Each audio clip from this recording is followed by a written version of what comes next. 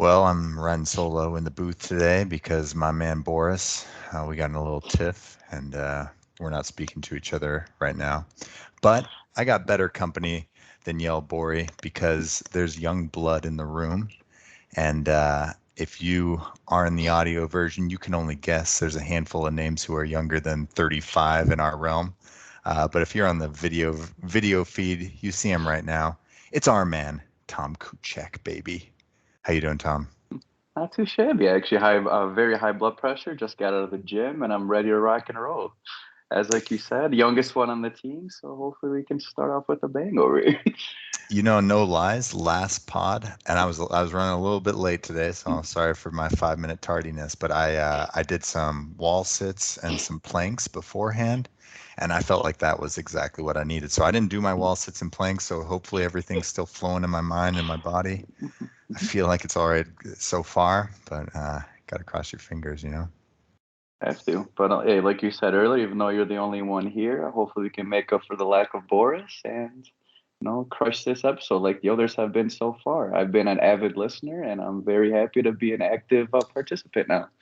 Yeah, that's something I didn't kind of brief you on that, but we should make a requirement. I mean, you need like a 75% listen rate to our previous pods in order to get the guest seat. But you tell me that you've listened to all three or two, or where you I at? have at least sections or parts, if you will, of every single one thus far. So no pop quizzes or anything of that sort about Frankie or Rafa or anything of that sort. I will not tell you their background history. Oh, come on, man. So you're gonna meet them at a party soon, and then it's gonna come up, and they're gonna assume that you know everything about them. I'm just going to Like, confirm the facts at that point. how wouldn't it be a bit embarrassing if like you could recite Frankie's whole pod, but then like Rafa, it was like I don't even know where you're from, man. All I remember is Rafa used to live next to my parents, and that was a very key fact. But I can even vouch that that's true because we've spoken about it before. So he did Okay, not indeed lie on the podcast. okay. No, it's interesting. I mean, this whole project, it's like I do and I don't want to know exactly what parts are more interesting to get to listeners because you don't want to like it takes all the fun out of it if you think too heavily about what's interesting and what's not.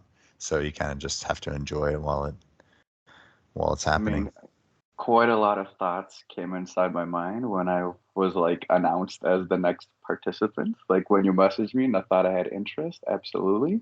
And then I was just like, oh, what could Richard possibly ask me? This is like you said, youngest one on the team, might have different perspectives on life, on culture, on everything and anything.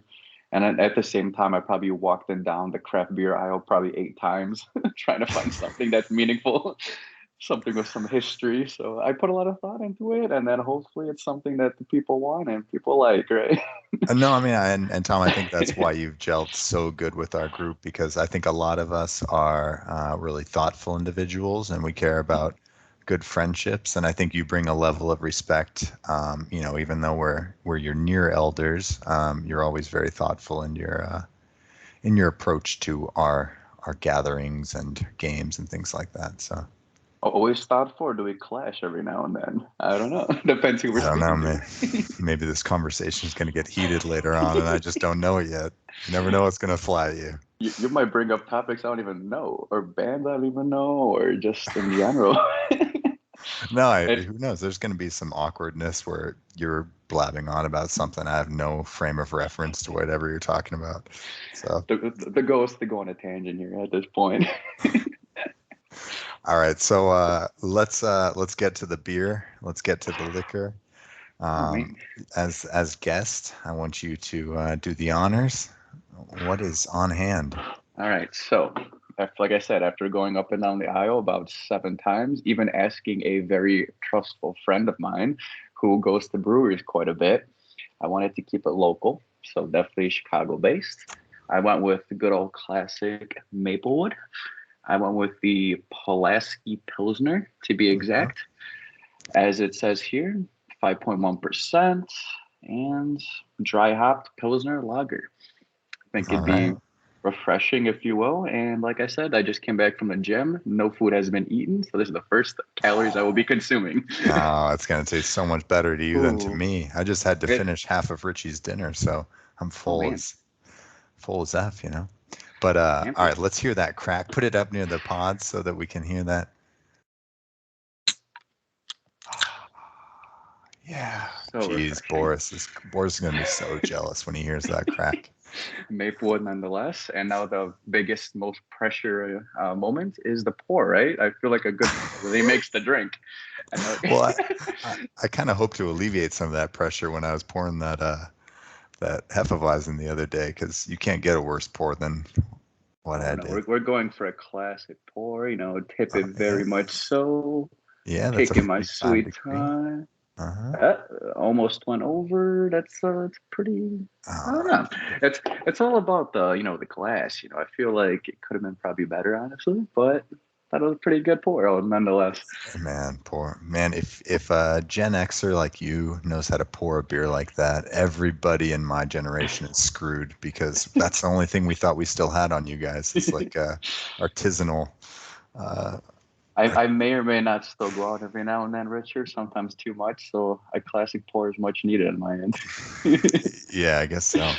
I guess the ladies love a nice pour. And you just told me some hmm breaking news that you hmm are in a new happening neighborhood of Wicker Park. How about So, that? technically, let's break it down. So it's been about 3 weeks so far. I've been living here. I purchased a condo. I'm still living with my brother also. 2 bedroom, 2 bath. Um, Technically, Wicker Park slash Bucktown is what it says on the listing, on the Google search. I think it's more so Wicker because the closest intersection, Milwaukee and North Avenue. So we were speaking briefly right before this. I am literally in the heart of Wicker Park. Probably no need for a car if I keep everything close to me. I still have it. However, walking has been the norm, even some running. I know I've been running crazy. I know, got to stay in shape for the winning 11 season. And but outside of that, it's been quite the journey. I would say it's definitely a contrast from Jefferson Park for sure. I'm Yeah, gonna really. miss Kenny, Pondy, Marv, and everybody else over at Jeff Park, but around to I would say hopefully bigger and better things. Yeah, no, congrats. I didn't know. I mean, I think I'd heard that you were I mean, I knew you were searching for a condo for a while, but I didn't know that you'd finalized. So, congrats. And as the hipster of the group for many, many years, I know Wicker Park well. I've been passed out on those streets many a time. No, those are I was old enough to know better when I moved to Chicago, but no, it's a fun neighborhood for sure. I mean, could not have chosen a more hipster neighborhood. Very good word choice over there, I would say. Yeah, yeah. I mean, it's funny because like I almost feel like Wicker Park is even more hipster than Logan Square is hipster now. It's like Logan Square became like a gentrified area, and Wicker Park has maintained some of their. It is funny you say that because that was another option of mine. There was Mhm. quite a few options I would say overall, but it's also pretty crazy. Like my lease ended, I believe it was end of August or September. I can't remember the top of my head. And like a month before move out, I didn't even have a place yet, like chosen, like to buy yet. So then we went to like maybe 20 plus visits, and one of my really good friends was actually my realtor. I'm just like, man, we might be screwed here. Like, do I need to like renew my lease? I didn't have Right. months of months. I had to do like another year basically. I'm like, I don't want to commit to that. I still want to purchase. I thought it was, I mean, everybody was saying it could be a bad time to purchase. Some of them are saying it should be a good time to purchase. And I just, took the hit and went for the plunge and said, it's time to do it. And like I said, after seeing 20 places, it was time to just sign the contract. I think that's like there's a nice soccer analogy there. Like the transfer window is closing. You've looked at a ton of guys. You've had your interviews, and you feel like you just have to pull the trigger because the fans are going to be all over you if you don't sign that I center think midfielder. I think it's just about the transfer window that my favorite team, Chelsea, has had. We've been rumored to every single player pretty much possible, and I was looking at every place possible. I love that just when you think it couldn't get any worse, you get up on like my ESPN FC feed, you get two players for looking at Chelsea to join. So I don't know what's going on over there. and, It's over and my head. and then we look at both and we sign both at the end of the day, right? Oh, you did? Okay. Well, welcome those new acquisitions. Oh, Um, okay, so one thing I gotta say is you chose a beer with a yeah, With a Polish name, Casimir Pulaski, a national hero, right? it absolutely is. Did you make But that connection? when I was reading it at Garfield's, there was four different kinds, I would say, from the Maplewood selection, and I'm not gonna lie to you, that may have been one of the biggest reasons of why I chose it. I like the name That's more than anything. I mean, I've heard of Maplewood. I've had it every now and then at like the bar, like a brewery, if you will, but it's never been like my number one choice. I kind of came yeah. in with the option of getting an Oberon. It's always been one of my favorites. It's Mike a actually got me into it. it And reminds me of Jonah. Jonah's a big Oberon guy. I loved it when you had it at every outing because Yeah, it's either my brother brought it or Jonah brought it. And I've always been happy with that choice. So we have to switch it up and go with something classic. yeah, it's a crisp beer too. I think that's my favorite of the Maplewood bunch. The actual Casimir, the Pulaski Pils. Yeah, I like the Pulaski pills myself. I mean, that's just my style that I like most. So, yeah, I of mean, Maplewood. while It's I me. already opened it very so nicely, poured it pretty decently, I have yet to try it. So Well, you're waiting on somebody, huh? Well, I'm not going to do this myself. So I was kind of okay. hoping you'd at Well, least have something. I got quite a production here because, following that little conversation with Frankie, he was going with the liquor, and Hmm. I very seldom drink liquor. And right now I'm Oh, going to open up a Coke because I'm definitely not a straight sort of guy, straight interesting. shooter. I'm not drinking a It's a Coca-Cola. I'm not going to let it's a everyone down. classic though, in the bottle nonetheless, like It's that. a classic. We got a little bottle shop around the corner, and they do kind of fine living sort of food and drink. So what I got on hand today, I'll hold it up to the camera. Oh, This nice. is I don't know how many milliliters this is. 250 milliliters. One of those Hmm. pocket flasks. This Hmm. is a Tanduay rum from the Philippines. Now this is not the export. This is straight from the Philippines, given to me last week Hmm. by a coworker of mine who is Very a nice. Filipino. We kind of carpool to work, um, and he brought me this back as a little thank you gift or a little just friendship gift. So Mhm. I have had this rum uh, in visits to the Philippines, but it's probably been about 15 years since I've had this taste in my mouth. So I'm very intrigued. Maybe I'll even take some without the Coke.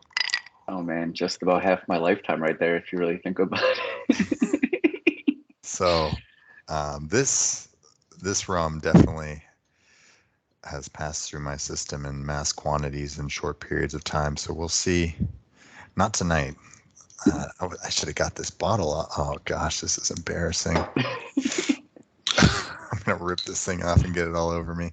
All right, we'll look at like a one finger, two finger There pour. we go. Two finger pours. I think the usual move. I mean, just rum alone. I don't think I've Uh, had rum. This is probably the last rum I had 13 years ago or whatever. I can't say I'm a connoisseur of rum, but I am a fan. I didn't like that look on your face. The reaction was not what I wanted to see. It smells like the toilet bowl. Like the preceding smells to the toilet bowl. But You no, cheers. I'm gonna take it straight for our cheers and then have go to. from there. All right.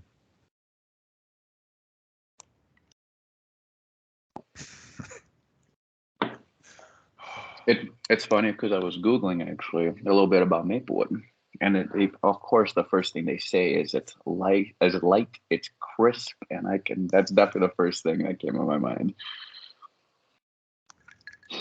Tandaway rum. The first thing that comes up on their MySpace page is it's cheap, it's strong, and it'll do the job. No, The fact that was the first thing that came up, a website that hasn't been around for probably as long as that drink of yours.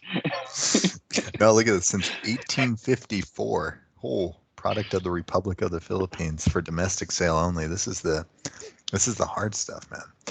Oh, but All right, let's get going because it's enough about beer and alcohol. We got a lot to discuss in this Do little we sit actually? down. I mean, we could just babble on for a bit. So, Tom, first thing I gotta Sure. ask, uh, did you grow up in Norwich? I know you still got a family home in Norwich, right? That we do. My parents still are in good old Norwich, Illinois. However, I did not grow up in Norwich. I actually moved there in about fifth grade. But before that, we were also in Chicago, but we were in the Belmont, like Cragen kind of neighborhood, if you will, Brickyard around there, Oh, no way. kind of Okay. like Narragansett and Oak Park to be exact. So, like I said, I've been there since I was there until about fifth grade. I went to like Josephine Locke Elementary School, and then around fifth grade, my parents were kind of starting looking at suburbs more so. Um, could have been probably the reason being to kind of get a better high school system, I would assume. I think that was the main reason. Plus, a lot of, I guess, families they knew were going towards the suburbs, if you will. And kind of, Wow, yeah, I and didn't know that's that. a fit. Okay, you went Yeah, to Locke, and Mike went to Locke as well. yeah, both of us did as well. Okay. Were there many other so we were talking about this yesterday with or last Mhm. week with Frankie. You Yeah, are first generation Polish. Your parents are both Polish? yep, exactly. Both of them Okay. as well. All right. But And we're then technically the first ones that were obviously born here at the end of the day. Like right. my dad was the first one that came over in like early 1990, I believe it was. Okay. And then yeah, Mike was born 93. I was born 94. Okay, 93, 94. You guys are 1 year apart. Man, that's amazing. And did you have a lot of Polish students at Locke? So we did not actually. I was probably one of the few. What kind of more so it depends. My grade, I had quite a bit, but it's not as much as was in like the burbs, let's say, right? For sure. But they had how would you say those classes that are primarily, let's say, ESL students, is that English as a second language? Yeah, right. So they had that, and it was pretty much everybody was fully Polish. And when I mean Polish, not even just born here, like we're saying fully moved from, let's say, Poland. And then I was probably the only one that didn't go into ESL. Like they asked me, like when I first was there, and probably like after kindergarten, like first, second grade, they brought up, the option of going into ESL, and my Mhm. grades and just the way I spoke and read English was like top tier. Like I was born here, obviously, right? Right. So to me, like English was easier than Polish, honestly. Even though I went to Polish school when I was younger, English I use it every day. I spoke it to Mike at school, and Okay. like But at I home, li- at home prior to preschool or kindergarten, you were speaking Polish at home, right? had to, but then I honestly that was probably the point in my life where I spoke Polish the most, and then after that, I mean, if I see Mike, I'm not talking Polish with him. I'm just talking English. Right, right, right. Interesting. So do you have any memories of those early like kindergarten, preschool years of like Like at Locke learning the language? Elementary, Yeah. or probably no, I would say not. But I mean, like I said, I went to Polish school on Saturdays also, and Ah, that was okay, like, okay. yeah, 9 a.m. to 12, to basically noon, like literally every Saturday. Sometimes I had to leave early because of soccer. Sometimes I didn't, but also, I mean, a good fact that you should know and everybody else is my mom was a teacher in Poland. Like Okay. that was her career basically. So she definitely taught us when we weren't in school. Like she's the one that probably instilled the whole Polish language to us. But not English. Your parents never taught English to you. Never really, I would say. Even to Okay. this day, like they would probably ask me, "How do you say this? How do you say that?" They keep it Were you very simple. were you doing a lot of translating as a kid? Understatement. Probably more so, Mike. Probably not surprised by that fact, but Right, right. yeah, we definitely had to. No, I mean, this is so fascinating because to be honest, before I started teaching at my school, which is in the Dunning neighborhood, which is just Mhm. west of the Belmont Cragen neighborhood, I just was not aware of the present Mhm. Eastern European immigration, like the mass immigration that still exists in the modern day. And just growing up in like the more central neighborhoods, you don't really see it. And it wasn't until I started teaching out there, and I have, entire classes of, first generation Polish students, that you're like, oh wow, this is still very much present, and they're very much like Polish in their traditions, and they go to Saturday school and all this stuff. And it was really kind of attractive to me too, just because I kind of have this fascination with Europe and like traveling and this global culture, and you got Puerto Ricans next to Polish kids and all these things, and it's just a really interesting culture that a school provides I for mean, all these yeah. different backgrounds. So I mean, technically, the neighborhood I was in, you could even argue it was Dunning because we were so close right. to one another at the same time. But when it comes to cultures, like you said, it's fascinating because it was probably more so Mexican dominant, I would say, our neighborhood, and Polish Yeah. was easily close second. So that's like when you asked me earlier, like what was block school? More so, it's those two, I would say. Hmm. Like less true English born here. A lot of diversity was definitely present. Yeah. And so in Norwich, was it kind of more of the same, or a little bit less of that Mexican presence? I would say a lot more Polish heavy, Eastern European. A lot of people were also Italian, I would say. Probably not much like Mexican dominant whatsoever, I would say.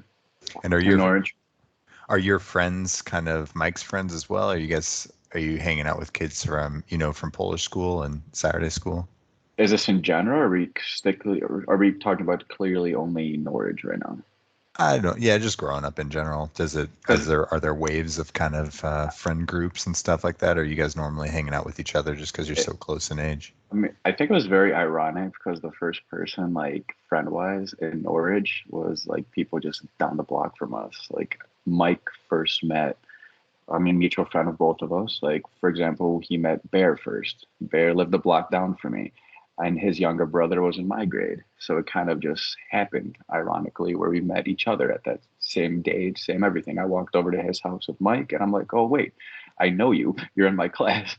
So, Right. like, we became like two brothers, two very close friends and families, and we just hung out all the time together.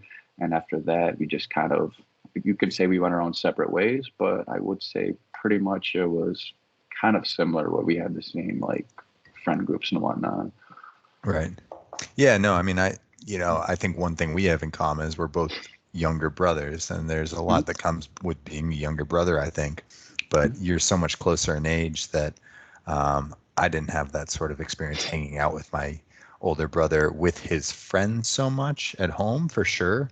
We'd always play together, but going out and doing things and being competitive with one another is kind of a whole different relationship, I think. Yeah, but even when it wasn't like, let's say school, for example, like Mike and I, we played on the same travel soccer team growing up ever since we were 9 years old. Like that's when my dad signed us up at the same time.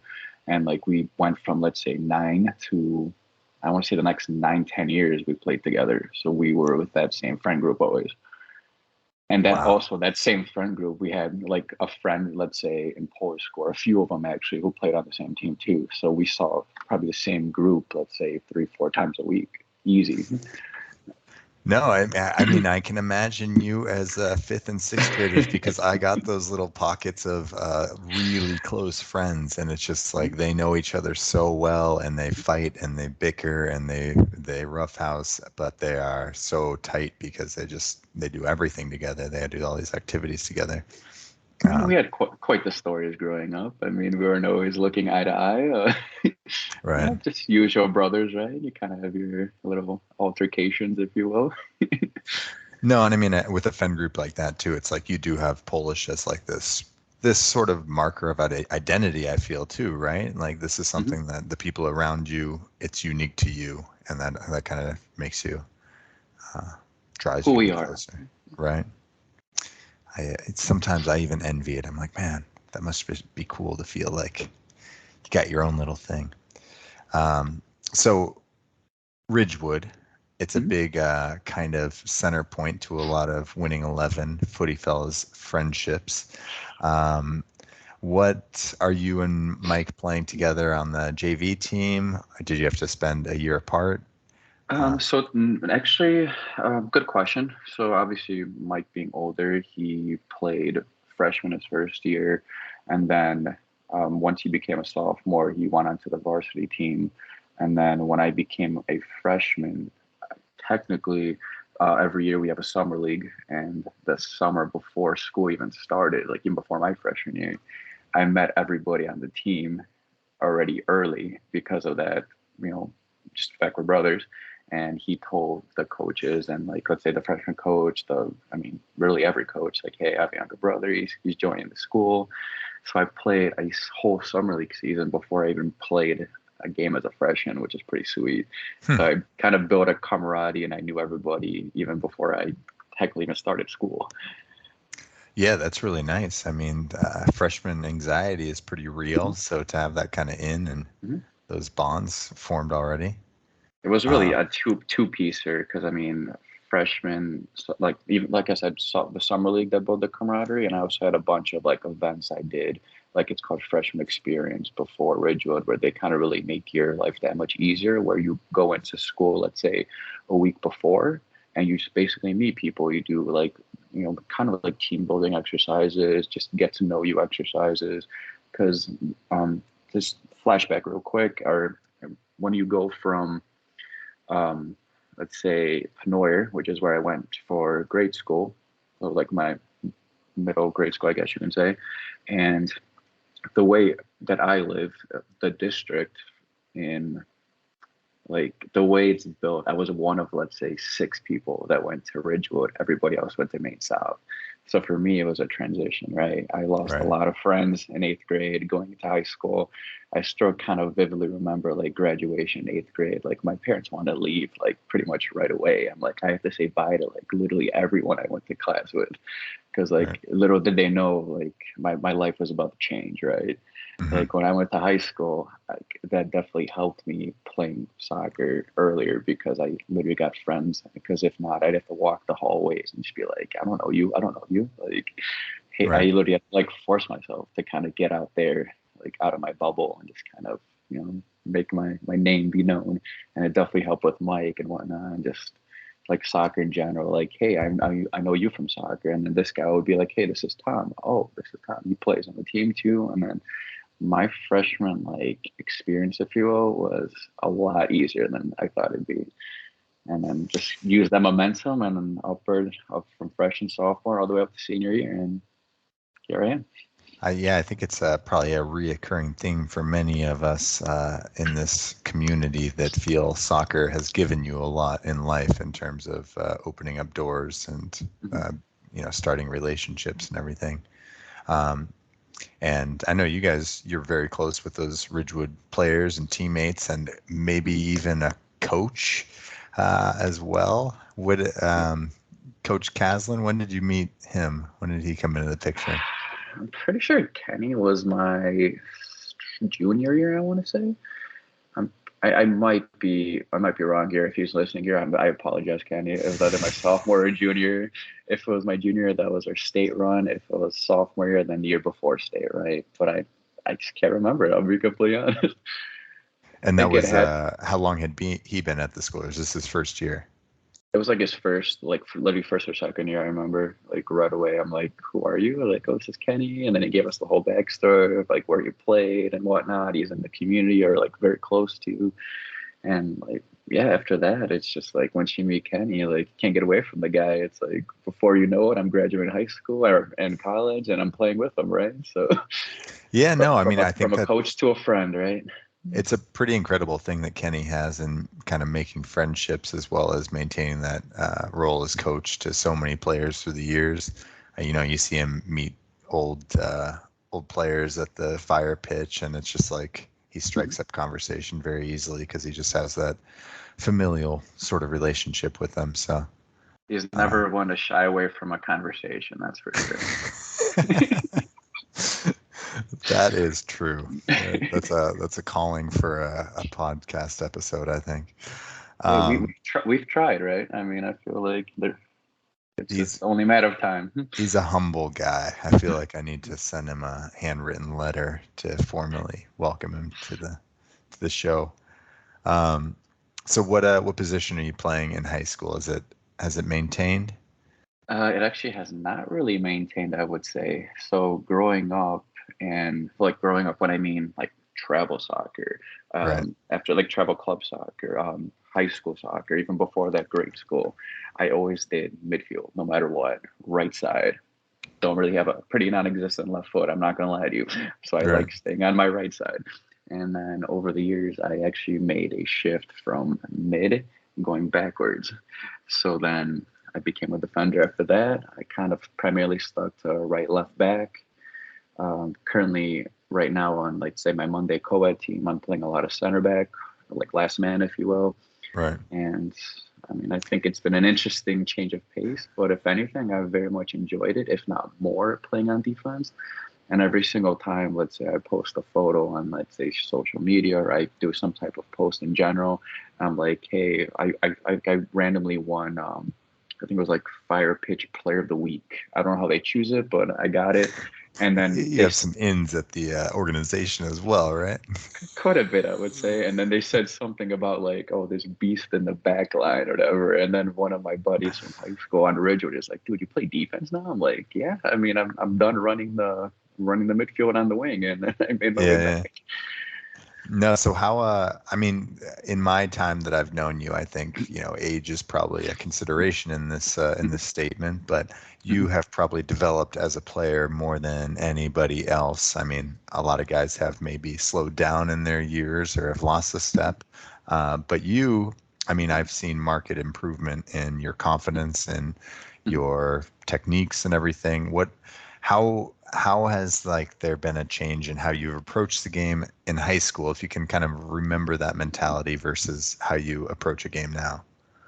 Well, I think definitely how you said being with the winning 11 in general. I don't view you guys as just teammates, but if anything, I see you guys as like model of examples, if you will, and like coaches and mentors. So you guys always like bring me off to the side, or like the one person that I can vividly remember, whether that's a text after the game or just pulls me aside during the game at halftime, after pregame, has been Pondy, for example. He's very vocal about certain things I do in a good way, in a constructive criticism way.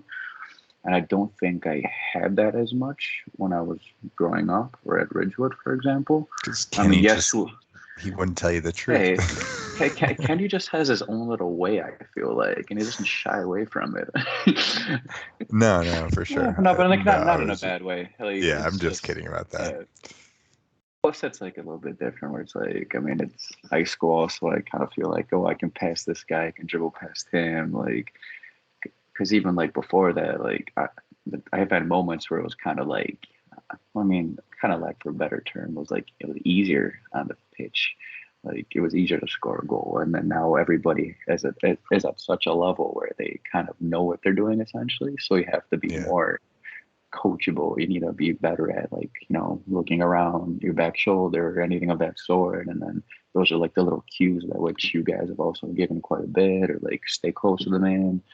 I mean, obviously I've been doing a lot of like overlapping runs even and whatnot, which is pretty sweet. I think I've added that to my game. And Do like you you feel said, do you practice things like just basic technique like dribbling, and because I feel like you're on the ball, whether it's just confidence and people giving you the encouragement to do it, it seems like you have I don't know, just developed and with your feet. But is this more so like, let's say, cone drills or anything of that sort, or just yes, like taking my time of just like doing keep ups and whatnot? yeah, things like that. To be honest, I haven't really done any of that. I mean, I You can't do remember the play last time quite I've done often though, that. right? You have a couple different leagues a week. Yeah, so every Monday, co-ed league. Sometimes Wednesdays I play at like Soccer City or another little friendly, if you will, with a bunch of friends. Just really a pickup game. Fridays with you guys, and then I guess I browse open sports every now and then. I haven't done Right. it as much recently, but I used to do it quite a bit. So at the very minimum, twice a week, sometimes three times, I would say. Oh man, the jealousy I have for that frequency of play. It sounds amazing. We need you back. Simple as that. We will see. We will see. Um, let's see here.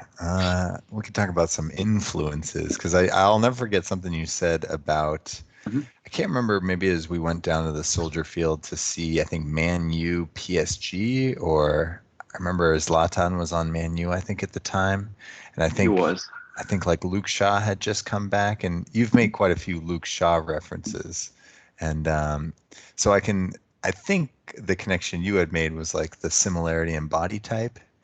Um, is that something that you look at when you think about like what somebody you want to model your game after Like is? Luke Shaw in general. I mean, definitely appearance wise, I guess you can definitely see it, right? I mean, how about everything he does on the left side, but just move it over to the right side, right? Right. Mirror image, if you will. I mean, yeah, I could say he's definitely probably one of the players because I've always been a fan of him. I feel like he's been underappreciated. I feel like he's underrated. He has an attacking presence, but also just as good defensively. I would say it's either you're one or the other. At least during like this time and age of like soccer, if you will. He's definitely one. Even going back to like Lam, I would say as a right back, he's always been Sure. someone I've loved. Um, Even your Chelsea defenders, your John Terry's. Well, my favorite player probably ever is Aspilicueta. I've always been a fan of him ever since he Right. came. Captain Fantastic, been around forever. Just Solid like players, dependable players, consistent yeah, players, right? exactly. That's what I like to. I would say view myself as. I mean, I'm not going to be like telling you right now I'm the best player on the pitch, but if I can give a solid 7, 8 out of 10 every week, my job is done. Right, right. No, for sure. And I mean, yeah, you as you said with some of those guys, they go forward and they score key goals at key moments too. So I what do better to get a model yourself after? true, and I mean recently, especially on Fridays, I've had opportunities to go up and try to score here and there, but sometimes it works. Sometimes I get a lot of crap for not scoring, but it is the goal. Yeah, I guess I asked that question about the body type because um, we could get into our fascination with pro wrestling maybe in a little bit here, but I do really look when I Mhm, see a player who has a similar body type to me, and I think I mentioned this with Gvardiol, mhm, where it's like you can envision yourself in that role, and it helps you maybe envision what your capabilities are, what your limitations are, or just how to best utilize your body type, because I think mhm. that is an important thing, and like I won't lie, like I started watching more of a Goretzka, and I was like, man, I think I could do that in the center mid. I'm like, I think, kind of a stronger guy, tall.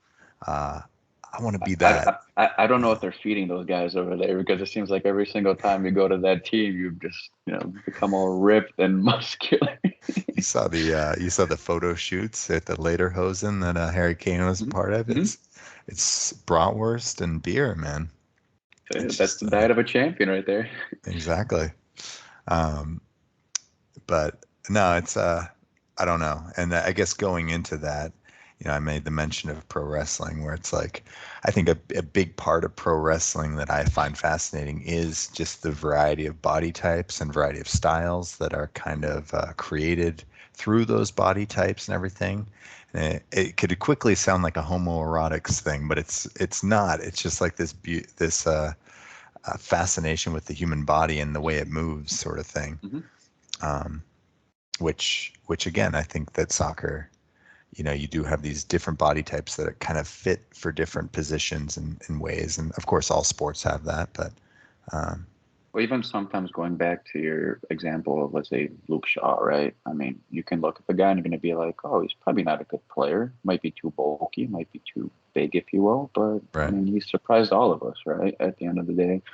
I mean, sometimes it's not just the appearance, but like you said, it's foot skills, it's, intelligence, it's kind of what you do in preparation. And I think he's been a pretty great example of that, I would say, breaking the mold and just showing us that there really isn't a limitation, really. right. No, and I think that breaking the mold thing, like there's value in being an outlier. There's a value in having a Jordan Shaqiri body because like no one really knows what that body's going to do in that space. So I think sometimes I think it's like you should develop, if you want to develop an amazing footballer, it's like develop somebody who's just quirky as hell and Mhm. does something that nobody else does. Because if you have the right mind as a coach, you can find a place for that strange puzzle or a Mhm. strange piece. So I don't know. I mean, I can't tell you the first person who told me to, push back to play defense, but I think that coach, no matter what, it could have been one of you guys, but it's been a great move nonetheless. Yeah, I don't know if I knew you as anything But a else, but defender, maybe it's just been a while. Yeah, sometimes these early years of early days playing together. Can you remember? I don't remember when we first started playing together. Is that 11's uh, team? it was So, definitely 11s on Fridays, though. It's probably been about, I mean, considering the amount of days I am like playing every week, probably 5, 6 years, maybe now, I would say. It has to be around there for sure already. and I don't want to cause any red flags to put up right now, but you're not yet even 30, are you? I mean, are you talking to Tom or are you talking to Bill Kaplan? I don't know at this point. Bill Kaplan. I think Bill Kaplan's a few years over 30, right? 12/26, 1986, if I remember correctly. 1986. Okay. All right. Pretty sure that's what it was. That's a good age. um, Fitting. let's see here. What do you got? You need to ask the host. If you could ask the host one question here, what are you gonna throw at me One before question. I mean, before we go into the next round of? I was gonna say it's very much on the spot, but I'm just always been curious why. I guess why did you even start this, if you will? What gave you the? I wouldn't say the motivation, but what gave you the idea of doing this? Do you feel like you can give me like the? I mean, there's a simple answer, just getting to know somebody, but I feel like there's more to it. And the reason I say that is because I mean, once again, we spoke professional wrestling before this, but I feel like you've always had, let's say, a voice.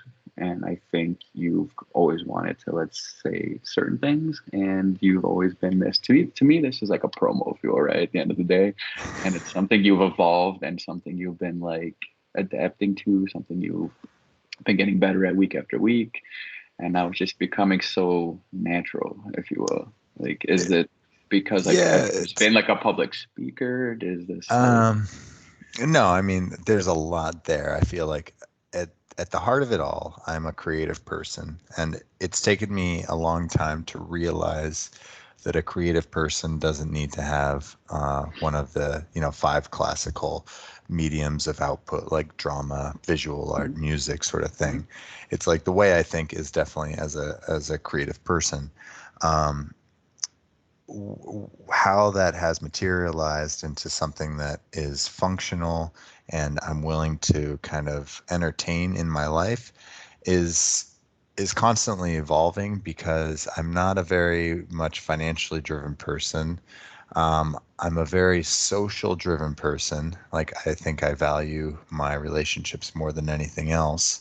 So a lot of creative endeavors require you to be like isolated and um, in order to find that inner beauty or whatever, like a mhm. lot of so, I grew up wanting to be a writer, and then I realized that spending 4 hours alone was not good for my mental health. It just made me like an unhappy, judgmental, bitter person, and I decided I didn't want to do that. And all these things, just like I've been an avid listener of different podcasts for since college, and not being a part of the conversations and realizing that uh, I have things to say, but I don't have an outlet to say them.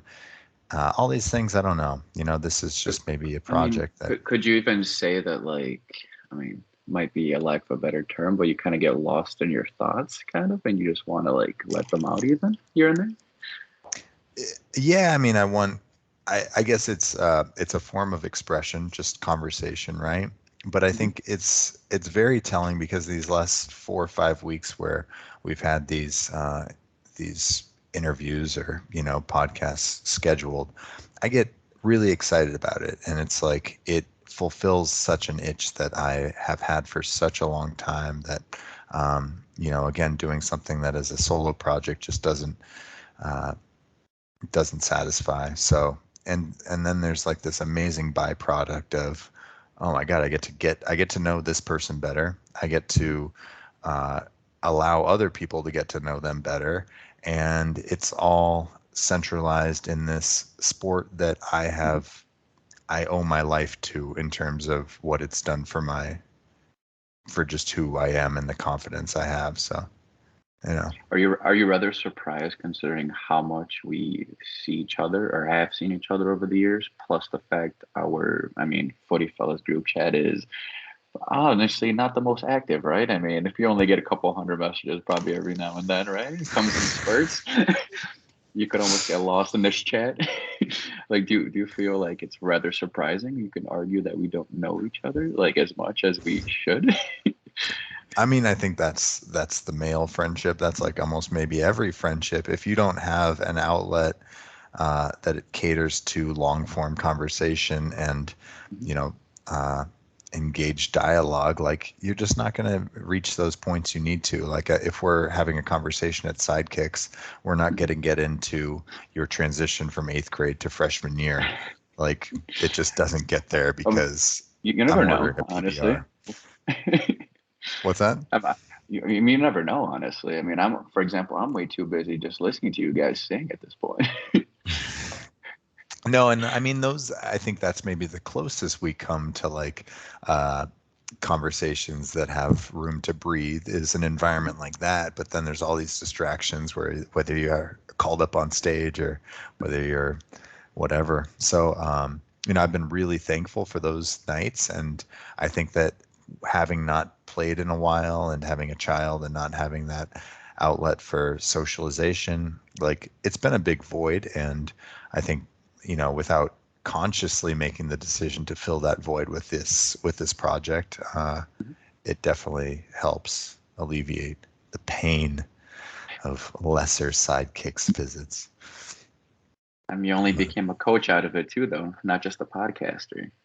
We can argue you've made quite the contribution to our championship win. I tried to keep my mouth shut because the last time the championship came into our lap, I felt like I showed up out of nowhere and I completely overstepped my boundaries in terms of influence. So I think being the videographer right now is probably the best gift I can give to the team. It is pretty sweet though, where like we kind of know you're doing it, but at least before the game we know that you're doing it, and then like let's say halftime or after the game, it's like, oh, I got this shot, I got that shot. I'm just like, I'm not even thinking about it, right? We're just lost in the moment. We're just trying to, get the W at the end of the day, and then it turns out you post this like I think it was like 15, like 20 minutes probably or something. I'm just like, I'm rewatching. I'm like, oh man, like this is sweet. We have an analysis for once. I'm waiting for me to like show up on the video. I'm like, damn, I really did that bad pass. Like, no wonder Kenny screamed at me. I mean, I've voiced this idea to many people. I'm sure many listening might have heard it already. But if the fire pitch just put some cameras up and then replayed that feed in the bar, I can't imagine that most teams wouldn't want to go watch their game and have a beer and analyze their play. Like it's just easy money with so little, you know, fixed costs there. But if they don't want to. If they don't want to take that easy money, so be it. You did say earlier, I'm the one with the apparent connections there, so I need to, be the voice and bring it up to them, and we'll see what happens. Yeah, well, I mean, hey, do it because everyone will benefit. Everyone wants to Mhm. see themselves on the field. I mean, because you don't get the opportunity as an adult recreational player. Like, um, not many people have their phones out to take photos of their friends. So, Definitely yeah, not. I mean, part of it too, I was inspired by when I was living in Saigon. There was this guy, Les Morris, who was probably a Mhm. great player in his prime, but he was sort of the godfather of our Saigon Raiders club. And this guy was 60 at the time, and he played like the odd match where it's just like this guy's useless out there, but we entertain it because he's the figure that he was. But he would man, some of the gestures that he made for guys that, were only in this country for like 6 months. I remember when I left the country, he made me this framed photo of this beautiful printed photo of me like high in the air taking this header, and it was like signed by him in the back and stuff like that, or there was like a team Sweet. message in the back, and just something like that where it's like, man, this guy cares about relationships. He cares about everything that matters. Um, so I don't know. There's definitely been figures like that that have really inspired me to focus on community. I mean, would that be a particular little moment you could catch of one of us on the field and potentially maybe it's in the making already? I don't know. I'm sure you have both photos and videos of the past few weeks. Yeah, I mean, it could be. I don't. Yeah, I just gotta get that Walgreens account going.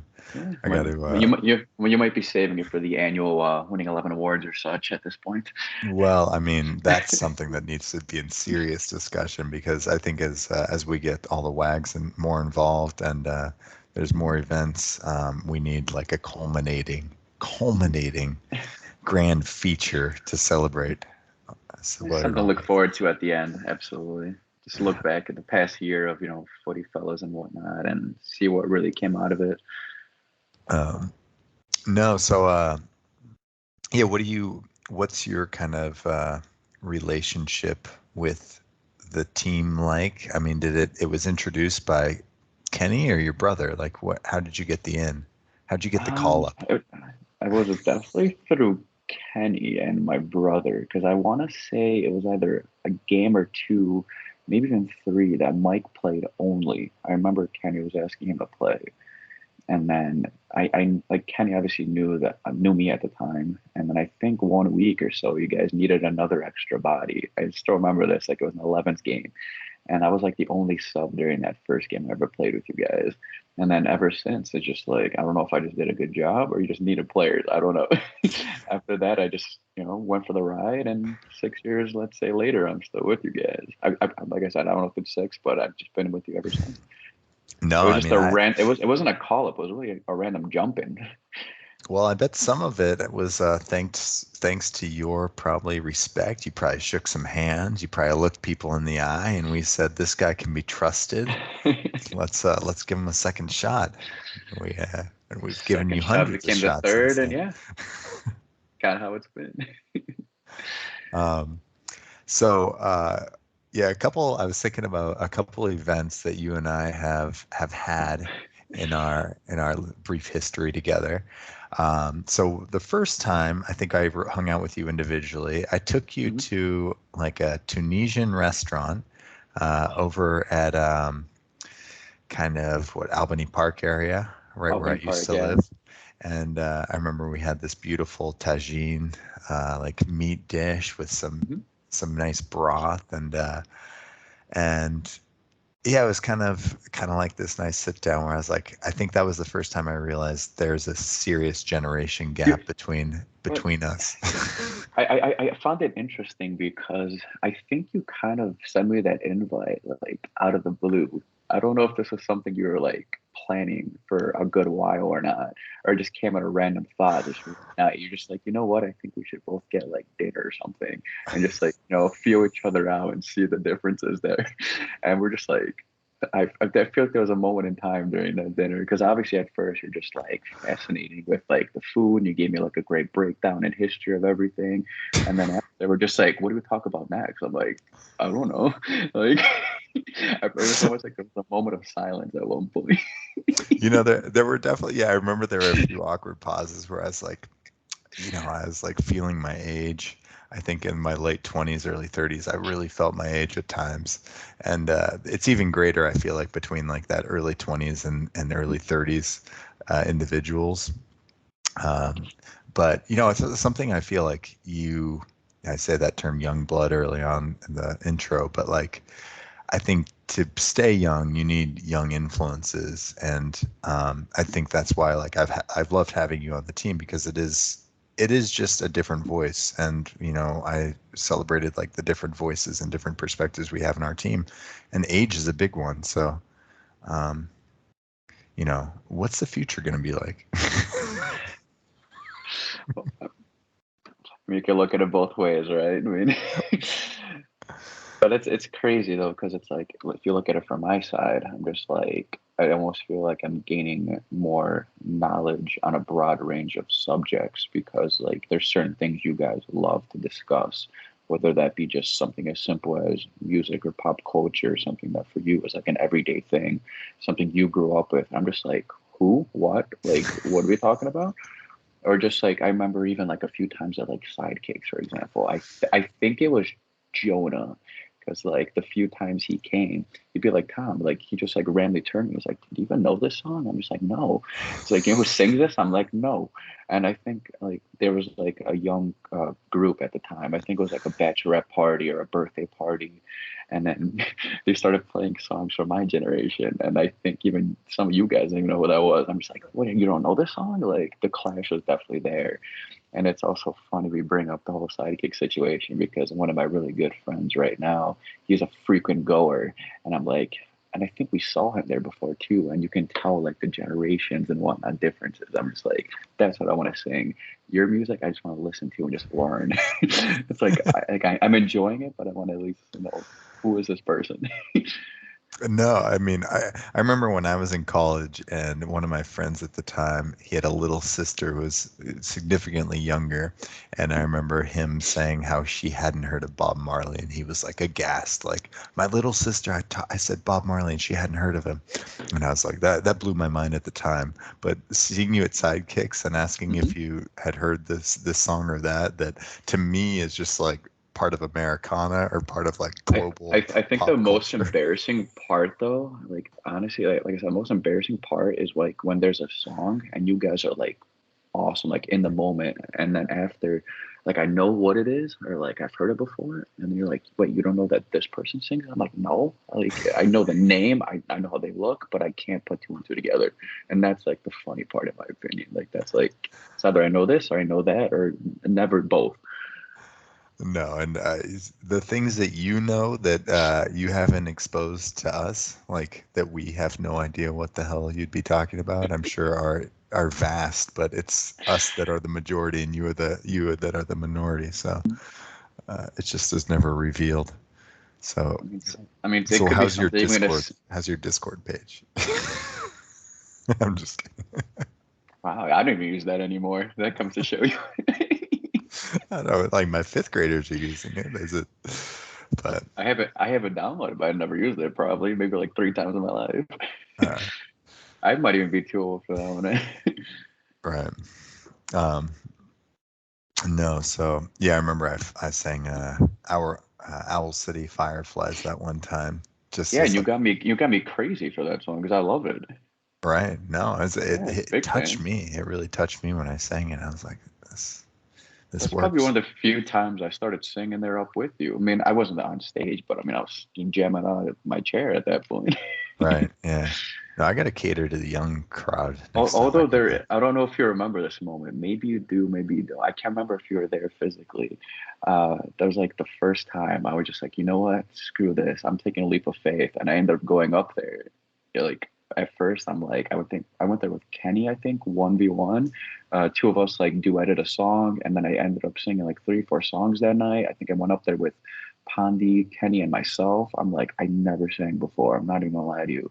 And then I don't know what both is encouraging me. I don't know if it was liquid courage or whatnot, but it just literally got me going. And there's still videos of it. There's pictures of it on my now and then I scroll up and down. I'm like, so this is how I sound up there.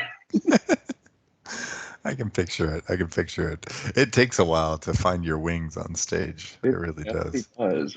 Because it's like at the time I don't know, like, do I have a certain genre that like fits me? Is there a certain song? Like, I mean, if I have the lyrics in front of me, I could probably sing it. I mean, it's just I'm lip syncing at the end of the day, but it's just the way you present it and the confident way at the end of the day, like really what makes the song, in my opinion.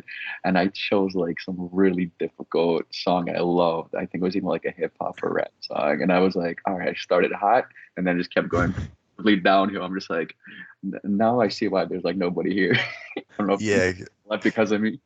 yeah, karaoke is a weird art form or form of expression because it's like it's so it hurts so bad in the moment when you're up there and you just don't feel it and you know people are just ignoring you or trying to forget it that you're there, and then it's just over. Then once it's over, it's over. No one ever thinks about it ever again, unless there's video documentation in your case.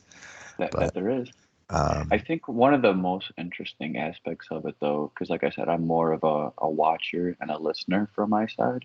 And I don't know if you guys just get like literally lost in the moment when you're up there. It seems like it, and that's really what makes it more memorable at the end of the day.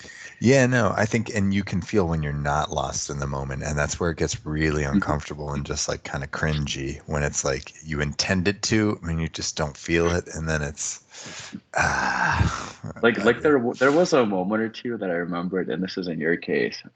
Like you're like, hey, I'm gonna sing this song. You're amped, like you were hyped up and ready to go. Like you went up there, and then like you sang a little bit. You're just like, you know what? I don't like where this is going, and I know you can vouch because you've definitely had that feeling before. And oh I yeah, did yeah, I yeah. never brought it up to you like during that night, but like now that we're like discussing this, you're just like, damn, that was a poor choice. Like maybe I No, should and have went elsewhere. I think it was more frequent too in the more recent days. So I need to find my groove again. I don't know You just where got to it's go gonna back happen. to that. You got to go back to that notes section you have on your phone with all your go-tos, and that's about it. See, there's a time and a place, so it some stuff fades from your wheelhouse. But so speaking of performing, Mhm, there's talked about performing in this role, but we do have this common thread of wrestling that I touched upon earlier. mhm, I don't want this to become abstract and boring to anyone who does not know the wrestling world. So I was trying to think, how do you just approach this subject? But I was thinking, what what makes wrestling appeal to you? What is it about wrestling? If you had to like give a little elevator pitch to somebody who thinks it's stupid and would never watch it, what can you say to kind of convince them that it's something more? So obviously there's always those people on the outside looking in. They're like, why do you watch guys in like tights like doing this? I'm just like, let me tell you, let me break it down from a different perspective. Yes, there's the physical aspect that you spoke of earlier, like these physical specimens, phenoms, if you will. That's not what I'm like interested in. I'm interested in the story. I've always been interested in storylines and just like in general, like appealing to the audience in a way that number one isn't boring, number two is surprising, a kind of a shock feel to it. To me, that's always been like what amped me towards it. Just storytelling in general, something if done right. Sensationalism, a bit of Yeah, very sprinkles good. of sensationalism, Mhm. right? To me, it's always been that because, like, let's say you're watching a match. Sometimes I look at it from a different approach. Like, some guy is going to be like, "Oh, that's a great move. That was something I did not expect." In my opinion, I'm thinking about the next step. I'm like, there's a good guy, there's a bad guy. What is this bad guy going to do at this time? How's he going to end the match? How's this good guy going to, like, because I mean, I think we can both agree it's usually the bad guy that's kind of like carrying the match, I would say, even Right. from Yeah. like Yeah. a wrestling standpoint. But Mhm. there's also, from a wrestling standpoint, but he can carry the match from a storytelling standpoint. He can do something that a bad guy does, some in a cheating way, quote unquote. And I love that aspect of it. I like to break it down from that analysis.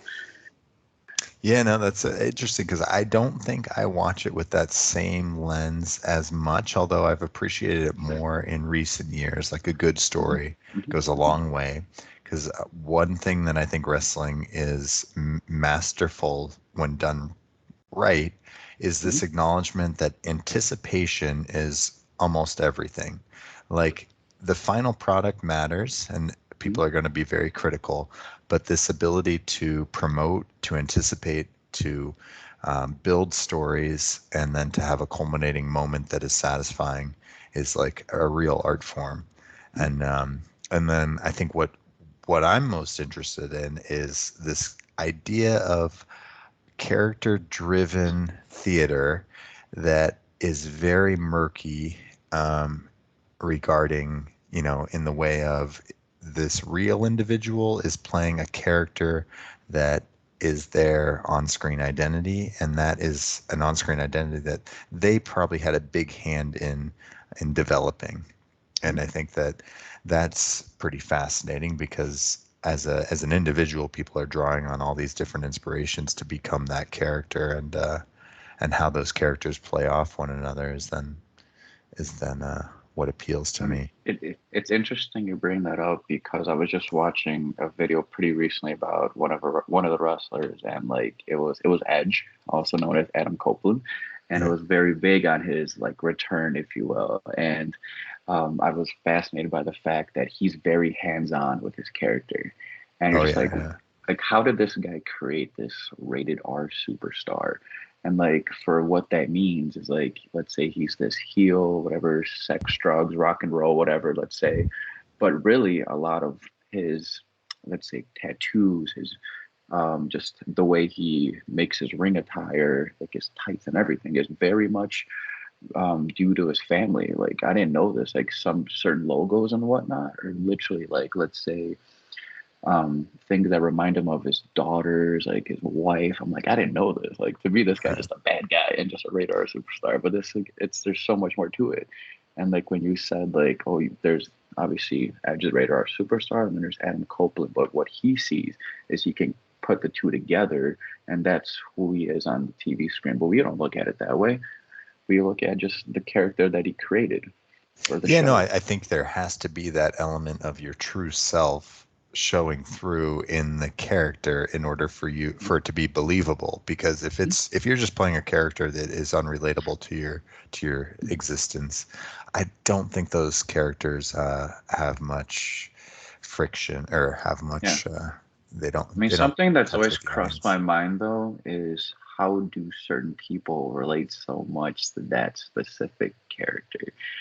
Like just something about like why do, let's say, the younger generation appeal to that? Why do the older generation go to this person? Like I've always been intrigued by that aspect of it.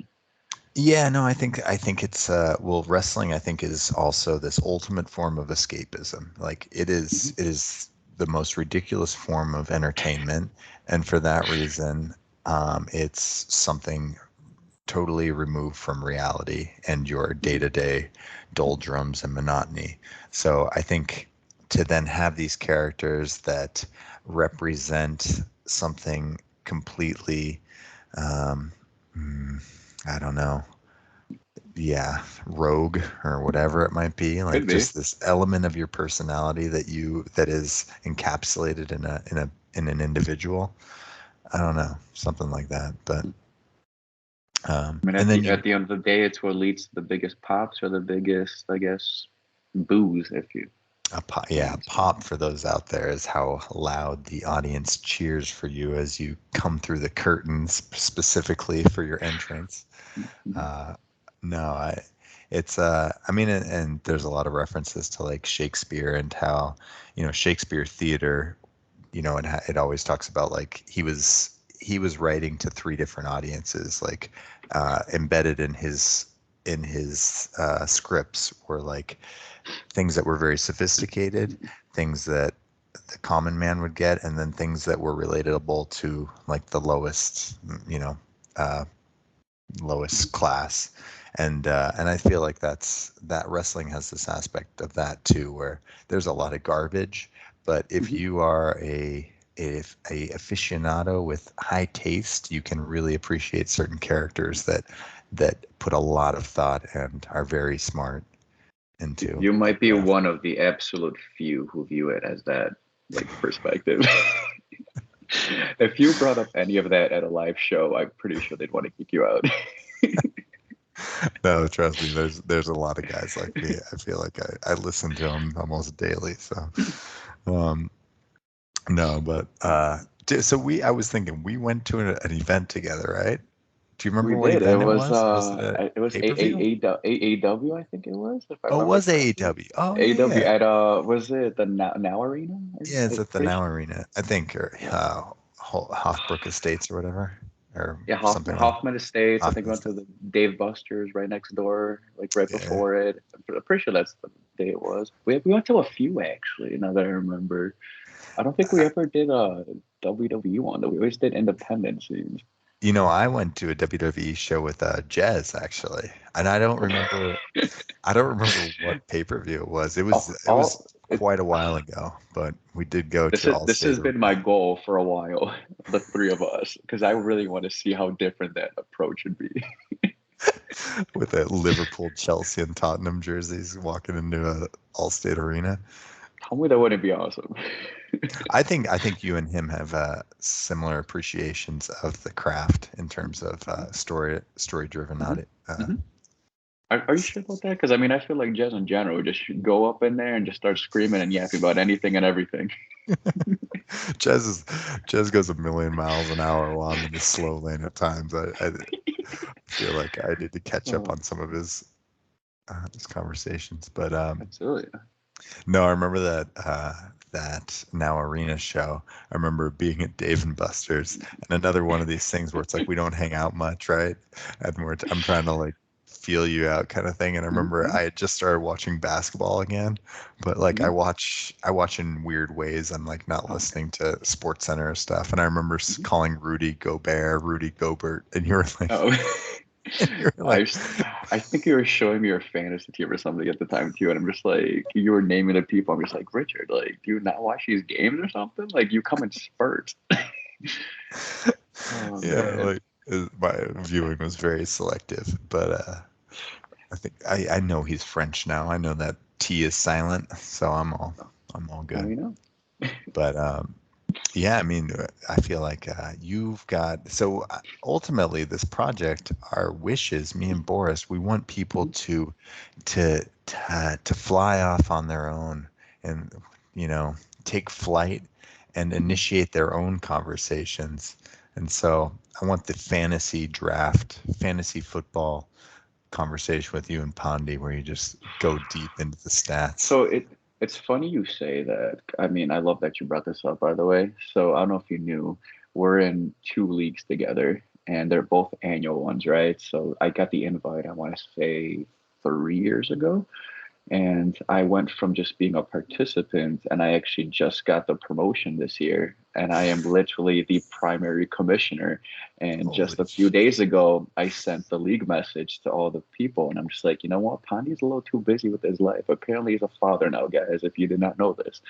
And he's like, let's just give it to the millennial, that single millennial kid over here. I think he can do it. And the last week, I've been just, chatting up a storm in this chat and looking at our rules, studying the rules. And I'm just like, oh man, if they ask questions, I got to be prepared, man. I'm in a position of power right now. I can't abuse it wow. right now. Like, Yeah. That is a lot of pressure, huh? Because people care about that stuff immensely. it's crazy because yeah, while I may be primary commissioner, I do have two co-commissioners, Pondy being one of them. But I would love to break it down from that aspect. I've always been a statistics guy to a level of craziness and something I look at more often than not. And I appreciate that side of it. I've always been an analytical guy. And yeah, I look at that's another thing you can say. I look from a different lens. People just look at it as a game. I look at it as a numbers thing. Right. That sounds boring. Boring as It fuck, it, but it it does, and I get it, but it's just the way my mind operates. If you didn't know this, you're very, like you said, socially driven and whatnot. To me, I'm analytic driven. I've always been. yeah. No, I understand. There's beauty in numbers. They're just not quite as It's, beautiful it's as it's the what it's what I look at romantic. every day. No, so you don't mind taking work home with you and applying it to your hobbies? Not at all, actually. Why do you think I win all these fantasy leagues? I find the formula that works. No, but no, honestly, congratulations is in order for you becoming Mhm. commissioner and moving to Wicker Park in the Yeah, matter of weeks. literally, in a matter of a month. Yeah, life has definitely changed, and like it's so out of the blue where it's just like Pontius, like, hey man, you're commissioner now. I'm like, what? Wow. Like that's nuts to me. Are you putting is it like a weekly update, right? You have to kind of write? Is that So customary? I thought about it and I kind of wanted to bring a new twist this year, just like something. I mean, okay, you brought up the fact that you wanted to be a writer, that's something I've enjoyed also doing. I mean, nothing crazy or anything of that sort, but I do enjoy like writing certain things and whatnot. So I think I might do like a recap or like a little synopsis, if you Oh will, like yeah. Oh yeah. every week, and just kind of like give my own thoughts in like a very joking manner. If I have the time for it, I think that'd be funny to read. Yeah, in fact, okay, drawing back to that Saigon Raiders team I was on, there was a guy who actually wrote for like he was a journalist, but he would write Mhm. these like full page recaps of each match, and it was all just like total bullshit, and he was making stuff up, but it was Oh yeah. insanely entertaining. And like what that did to just like again like add to that anticipation for the game that week and like wanting to contribute, wanting to be in that little blurb, like it goes a long way to get people out of If I can do that in a their work weekend. consistent manner, I think that would definitely avoid certain things, such as, every now and then you're going to have a team that just stops being active. You're going to get somebody who's losing more often than they should, and he's probably going to complain about it and then stop doing anything or setting his lineup. If I can even throw in anything of that sort that could kind of flip the switch and be like, I'm looking forward to that, that might just improve his activity and in general improve the league in and of itself, right? And if That's they're going to beautiful. come back and then that's the thing. I'm not going to say Kanye hasn't done great things in his time of power, but I just want to switch it up.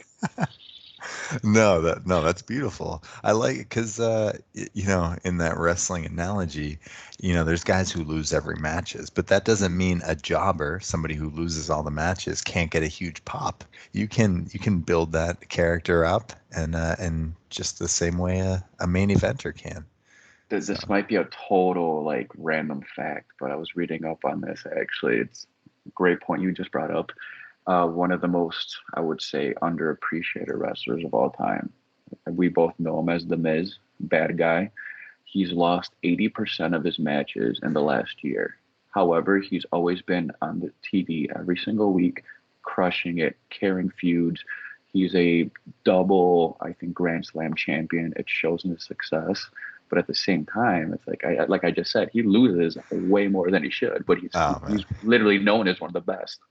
Like incredible that's individual. In fact, awesome. you know that he's a friend of the pod, right? I He's a did not know this actually. Yeah, it's 2 degrees Yusuf because Yusuf had a crazy night with the Miz back in California years ago. Uh, you got, No, this is the first time I'm hearing this. oh, you gotta tell him you gotta ask him to tell this story because it's quite the story. And I there feel like he didn't even know who it was. no he knew him from the real world and Road Rules Challenge and all that stuff. Oh, And no way. yeah, and there's something like a broken arm or something was involved, or no, I think a broken rib. I think the Miz had a broken rib at the time, and like he asked Doctor Like adjust during him. the show or what? I Like don't there's know. real. I'm gonna butcher this whole story. I think we need Yusuf to tell it. We need a confirmation for sure on this because that's awesome. Like he knew him not as the Miz, he knew him as Mike Mizanin, literally. Yeah, no, he was like just partying with him one night in LA. So yeah, we'll get Yusuf on to Oh tell yeah, that story absolutely. sometime. Um, Yeah, you said that you used to write like promos in high school, right? Like little See, little fun things. I didn't know we were gonna get into this, but yeah, I don't know if it's an embarrassing thing to say or not, but Well, let's first basically, say for anyone who doesn't know, a promo is basically like usually like a 30-second to 2-minute verbal spiel where you are kind of calling somebody out or building up to a match, you know, mhm, a lot of uh a lot of aggressive language. mhm, I'm gonna tell Anna 5 minutes. 5 minutes to my dear wife. perfect. Yeah.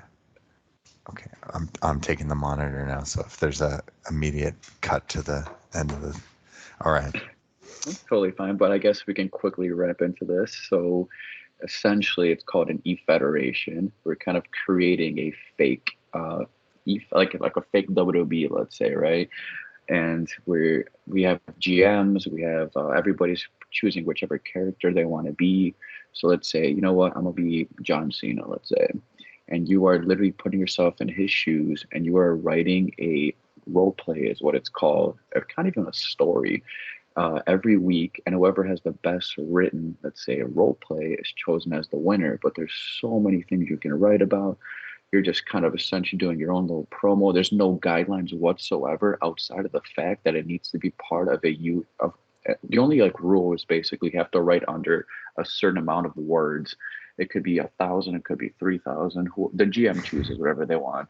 And just how entertaining this piece is that you wrote, you have to stay in character and you just have to add whatever you want to it.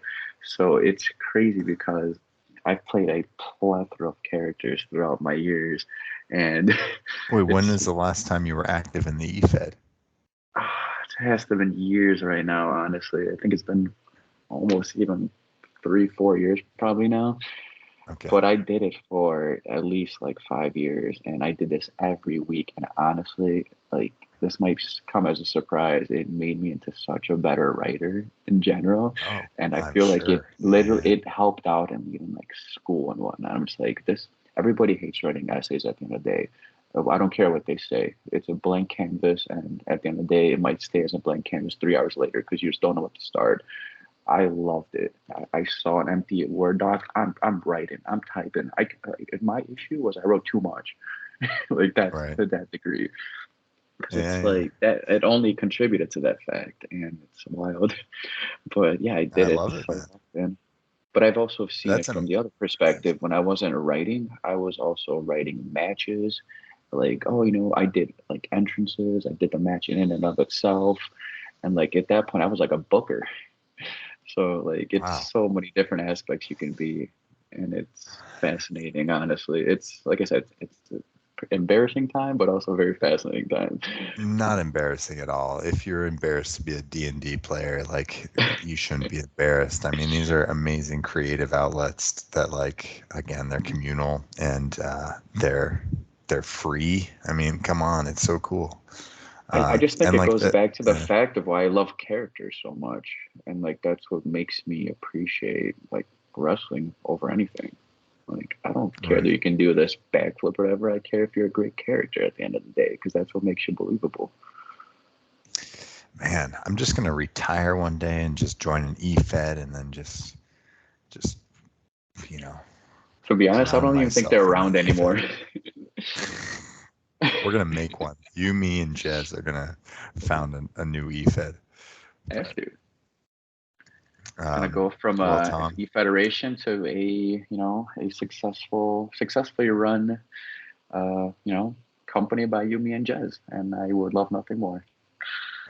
our own federation, yeah, I can only imagine that. Uh, well, I kind of got the hook about a couple minutes ago, so I better get going because I don't want my son to wake and then we have a hurried finish. But it has been an immense pleasure to have you on. Very, very accommodating, extremely cordial in the communication. Um, Absolutely. I'd be remiss though if I didn't say you didn't really mention Frankie much in this podcast, and he's your mentor could be extremely disappointed. I think he's still disappointed by the fact that I didn't use his realtor for my purchase, so it could be that. Wait, what is this? Because Oh, the realtor. Oh, yeah, okay. his realtor like at properties and whatnot. He could Oh, still be right, right, salty a right. little Well, bit. he's not so active right now, so he can't be too Yeah, he's upset by stay at that. home father.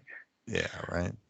Oh Uh, man, could you only imagine if he was just like listening to the whole podcast, whole hour and a half, just waiting for his mention, and he never really got it? that's Frankie's life right now, man. He's like sitting next to the crib, like on duty, and has this in his ear. Um, no, but no, it's been a lot of fun, and I hope you don't mind. I'm never throwing shade when I put your name out there. It's always Yeah, just the absolutely friendly not. hazing in the pod. So, uh, All well, about I the think we friendly could. hazing, but I mean, if you don't mind, by all means. And I know this is a 1v1 podcast. I didn't say it was going to be a bad thing whatsoever. I had the absolute pleasure myself. If we can, make this you, me, and Boris, if we can make this you, me, Pandi, like you said earlier, I'm all for it. So all I'm saying is this might not be the last time you see me on here, guys. Hey, man, like a good math equation, any variable is going to have a different product. You know what I'm saying? So, Oh so yeah. no matter who it is, It's going to be good though. So, Tom, cheers. How do you say? Cheers, indeed. How do you say goodbye in Polish? I mean, at this point, because it's what to be exact, 9:36, I would say dobranoc. That is good night.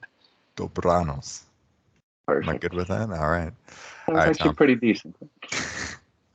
All right, brother. I'll All see you right. on the pitch, and We shall. dobranoc.